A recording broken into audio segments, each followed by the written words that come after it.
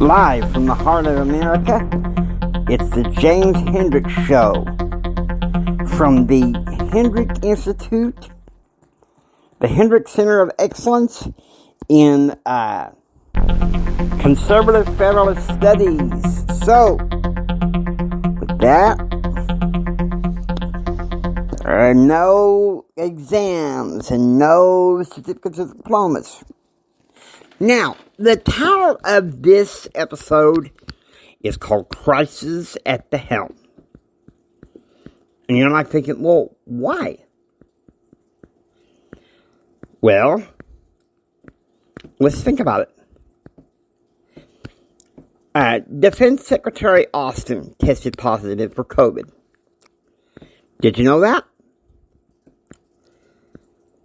He was only having some minor symptoms, I believe. This Omicron variant is no different than the common cold. I think most conservatives and federalists know this. But yet, because of this variant, even people here in the heart of West Texas are living in fear. Not me. Wake up. Now, there's a story from CBN News. Expert predicts further war for Israel on Gaza affair. That doesn't surprise me. That doesn't surprise me at all. When you have some of these states that are like Islamic dictatorships, and I'm not saying that all Muslims are bad. I'm sure that there are quite a few that are very peaceful people that I've met. Maybe they have some customs and stuff that I would strongly disagree with, but that's here or there. Agree to disagree. Don't get reactive. Don't have contention. Okay? Contention is not welcome here in the Hendrick Center for Excellence. Okay? So I just want you to know this. Meanwhile, it's been a year since this drone was shot down that killed a leading Iraqi general. I think his name is Soleimani. And you still got people in Iran marching, chanting no to America, death to Israel. I gotta be honest with you. And I've been saying this for, this fall, 2022, it'd be 25 years. What I feel like I've been predicting, what I've been prognosticating, and people say, no way. It's a vicious cycle. What does Iran want? Iran wants nukes. Where do you think most likely, if they can't develop them, where do you think they get them from? Hello? China. Now, who do you think are some of the top, who do you think is one of the top trading partners with Iran? That for years has been middle of the road until the Muslim Brotherhood took over in 2011. Egypt. Mubarak did middle of the road, but I think the thing is the international community was trying to get Bush, Clinton, Obama, Bush, Clinton, W. Bush, and Obama to ask Israel not to nuke Iran. When it's clear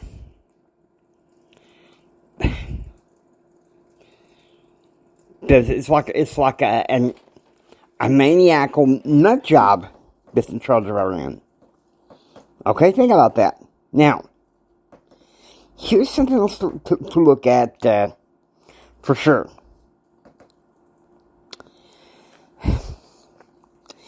And that issue is, where do we as Americans stand on the issue of Israel and the Middle East? Well, I'm going to say this as a Christian. This is what I believe, and I know it's going to ruffle some feathers, upset, YouTube algorithm just might say, click, click, click, we can't stand this guy. But then again, who knows? It is my hope that most conservative federalists, such as myself, will stand in agreement with their Bibles and agree to bless and support Israel. Is the Biden administration going to do anything about it? No. Okay, here is the second story from CBN. And that story is this. New Year looks bad for Democrats and Biden. Americans feel Biden has flunked at almost everything. Well, I believe so. Look at what's going on, okay? We have a pandemic. People say, oh, did he say pandemic? No, it's plandemic, okay? Stop having so much fear. Try to have a positive spin on this, please. I've heard enough about COVID. I even developed a little ditty in my head this morning. Kind of all countrified. Old school countrified. Thought about singing it, but no. Maybe some other time and more in private. But anyway, here's the thing. Of course it's not looking good. Americans are rising that there's a chance that big tech and China stole the election for Biden and the Democrats. Ooh, I upset some people. What? What do some of you commie liberals want me to do? Run down the streets and go, cancel me! Cancel me! It's already been tried by someone as fanatic as Lyndon LaRouche. One of his followers did that. It's amazing that I found out when I was a kid about what was going on in the American political spectrum. And how far it's gone now. I'm telling you right now, folks. The reason why I called this episode Crisis at the Helm, and that Biden himself is having his own mental crisis with dementia and whatever, health problems, plus a crisis at the border, economy is bad, containers stuck at bay, Build Back Better is kind of like we all know that's crashing and burning. The mainstream media is lying. And the cry of Americans are kind of like, hey, let's turn back to more conservative values, more conservative federalists, okay? Do you hear me? Because there's so much confusion out there. And we don't need to have confusion.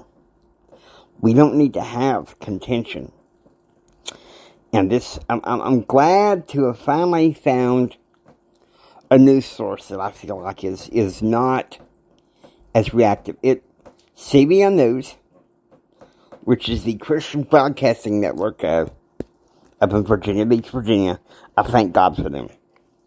I hope this helps you. I hope you enjoy listening to the James Hendricks Show. If you like what you hear, please subscribe and receive most daily updates. This is Jimi Hendrix saying until next time. The only limits set free are the ones that you impose. Take care, and God bless.